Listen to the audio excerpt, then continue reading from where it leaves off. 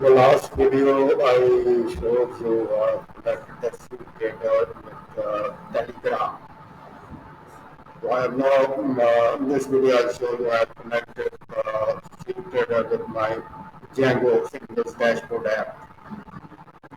Almost the same, just you have to modify the get and post request.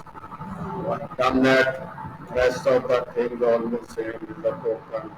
Without token, you cannot access the APIs.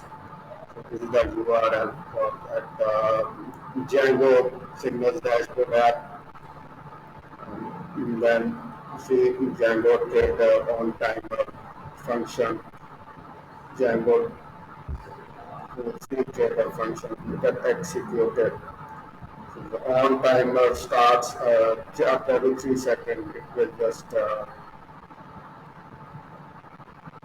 repeat itself. On stop, it will do this thing. Time frame is the function that I've defined to convert this integer period into the time frame, cTrader time frame. So this is the Django cTrader function.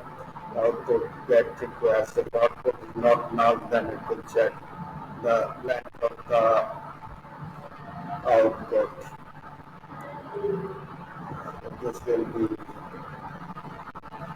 checks that and then execute the various orders. This is a buy order, it's a delete order, place pending order. So this is the function that will place the pending order. Once you put the command to place a pending order, this function will get executed and it will work. C# is a very powerful language, and I would suggest that you should learn C# as a hobby.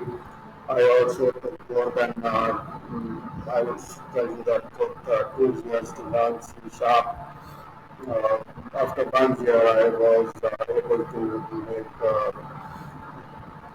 programs in C#, but after 2 years, I started feeling more confident and I know C# pretty well. You can use C# for a lot of things like developing websites. ASP.NET Core is an enterprise level web framework that is being used to develop websites, and it is a very solid framework that is not easy to hack. It is very difficult to hack. So a lot of companies are now shifting towards ASP.NET Core. Then you can develop games in C# using the Unity platform. Unity platform is a very powerful platform. You can develop games. Of course, developing games will require some training. Not that you start developing games in few months. It can be few years, like 2 years. So you can develop a game that is going to compete with the gamers. So these are check orders function. This is the check order. So I've coded everything. It's almost like that. Send photos, you drive pending order, and this is simple method.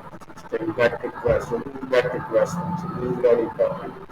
So this is going to check this URL and then HTTP requires the content type application token, and it will get this thing, and if it is 200, then it's going to based on serialized, deserialized. Automatically it is deserialized, and this is the get request, this is the post request. So I hope you like this video, and as I pointed out in the previous video, cTrader takes a lot of dynamic memory, something like 1 GB. So if you want to install on cloud, it can cost you some money. So in the next video, I'll show you how you want to do another thing that will just avoid the need to install cTrader on the cloud, and you can just directly access your cTrader account on the web. I hope you like this video.